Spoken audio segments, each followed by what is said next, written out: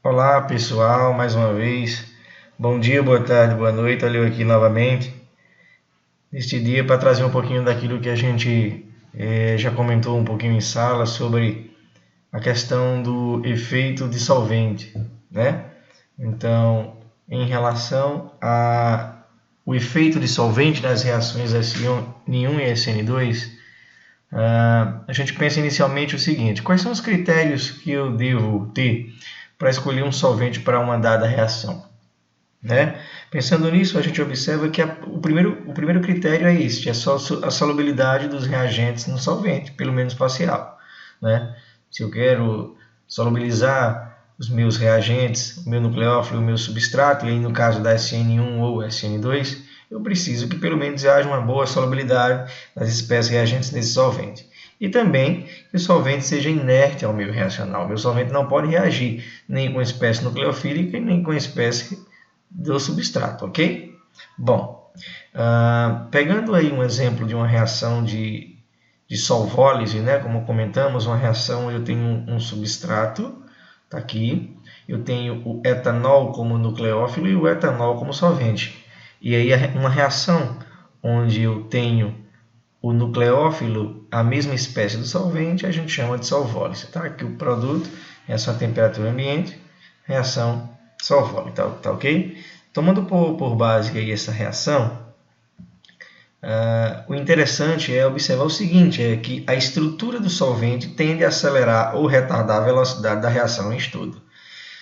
Nesse caso aí, dessa reação de solvólise, ela é uma reação de SN1, até porque nós observamos aqui um substrato que não é primário e com certeza ele pode gerar aí um carbocátion instável, tá ok?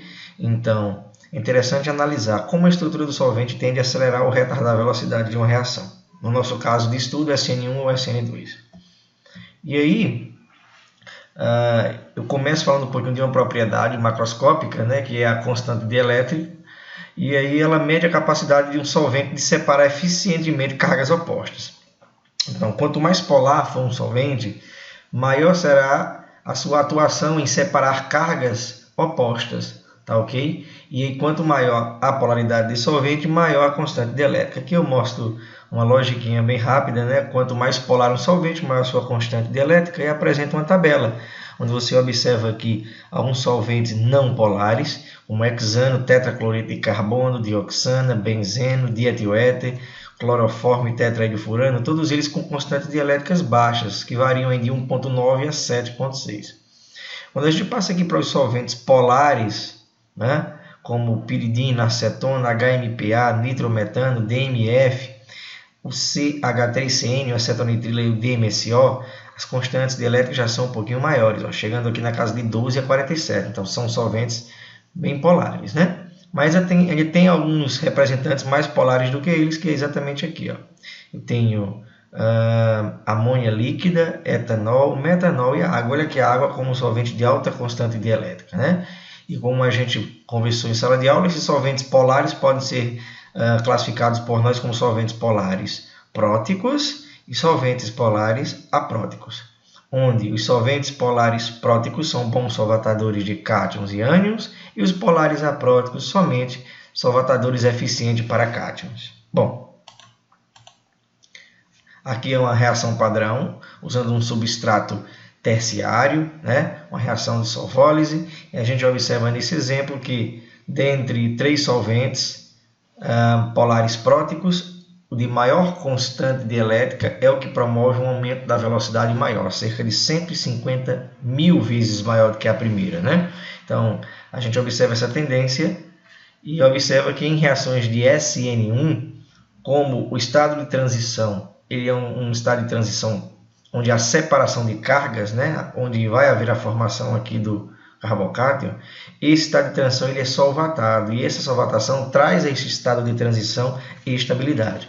Tá? Assim, nós dizemos que solventes polares próticos são muito bons para serem usados em reações SN1, devido à melhor estabilização do estado de transição, devido a este ser um estado de transição polar que envolve separação de cargas. Ok? Aqui um outro exemplo, agora não mais uma reação de SN1, mas uma reação de SN2, Você pode notar claramente que o substrato não é terciário, e sim um substrato primário.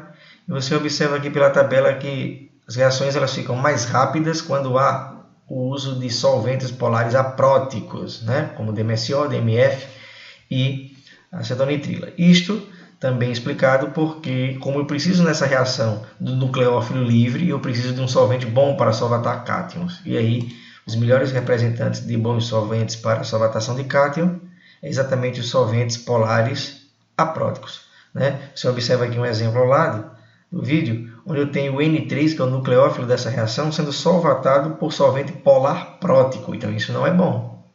Isso não é bom.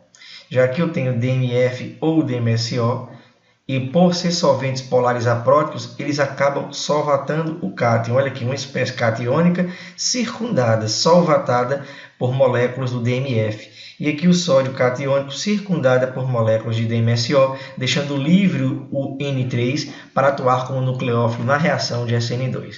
Tá ok? Bom, aqui eu coloco um exemplo rápido para vocês. 2 substratos iguais e variei aqui somente o solvente, tá? Eu tenho aqui o mesmo nucleófilo e a pergunta é: qual dessas reações ela ocorre mais rápido? Então você observa o seguinte, aí tem que se fazer a pergunta: que tipo de reação ocorrerá? Via SN1 ou SN2? Qual a natureza do solvente? Polar prótico ou polar aprótico? Bom, observa que o metanol ele é um solvente polar prótico e o DMSO polar aprótico. Tá? Com relação aos substratos, a gente observa que o substrato ele é primário, então ele está na cara de ser um SN2. E como em SN2 é melhor que eu tenha solventes polares apróticos, DMSO com certeza é o meu solvente de escolha para que essa reação seja mais rápida. Tá? Tendo em vista que o DMSO é um solvente que solvata melhor o cátion, deixando o nucleófilo livre para atuar em ataque ao carbono ligado ao halogênio, né, ao grupo de saída, tá ok? Bom, como resumão dessa aula, a gente observa exatamente isso. A gente observa que as reações de substituição nucleofílica alifática podem ocorrer via 2 mecanismos, SN1 e SN2. Aqui eu coloco em azul para vocês as leis de velocidade, SN1 dependendo somente da concentração do substrato, SN2 dependendo da concentração tanto do substrato quanto do nucleófilo, e você observa isso. Em SN1 é melhor se usar um solvente polar prótico devido à melhor estabilização do ET. Esse ET não é aquele do filme não, tá? É o estado de transição, galerinha. E a SN2 sendo melhor em solventes polares apróticos devido à melhor solvatação do cátion, deixando o ânion livre, o nucleófilo livre para ataque ao substrato. Bom, fico por aqui, hoje foi bem rapidinho, espero que vocês tenham gostado, um grande abraço, fiquem com Deus e até a próxima.